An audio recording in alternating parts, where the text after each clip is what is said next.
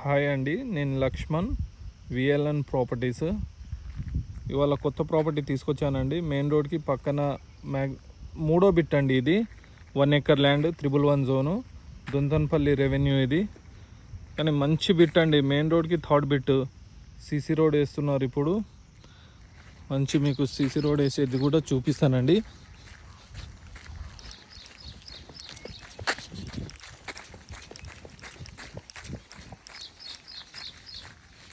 పక్కన నుంచి కూడా మంచి ఫామ్ హౌస్లు, మంచి లుక్ ఉందండి.